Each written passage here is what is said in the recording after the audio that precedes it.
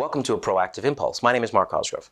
There's a really cool concept that we share during our leadership programs, and it really helps focus managers and leaders on what they really ought to be doing with their time.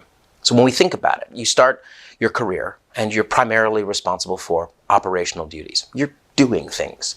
But as you progress through your career, you take on more and more managerial responsibilities and you relinquish those operational duties. So you get to a point like where you are today. And there's a particular expectation that the mix for you should be, this much managerial and this much operational. But quite often for many of us, there's a gap between the expectation of where we ought to be and the reality of where we are. And this gap creates what we call the management deficit. Essentially, it is like a deficit. It's like there are a lot of managerial duties maybe that you're not doing or not doing as well as you should because you're stuck doing operational duties that you should have relinquished. And we call these operational duties that you won't get rid of our beloved children.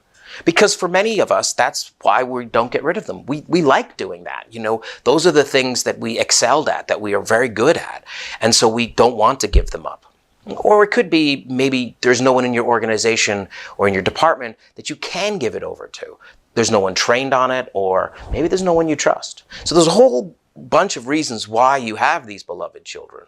But make no mistake, they are holding you back and holding you down from career progression. So in order to close that gap and to get rid of the management deficit, consider making a list of all of the things that you're still doing that you shouldn't be doing anymore. If there's someone you can hand it over to, start a delegation plan. If there isn't, figure out how you're going to train somebody, how you're going to hire somebody, and make a plan to begin getting rid of those operational responsibilities that are holding you back. This has been a Proactive Impulse. My name is Mark Cosgrove.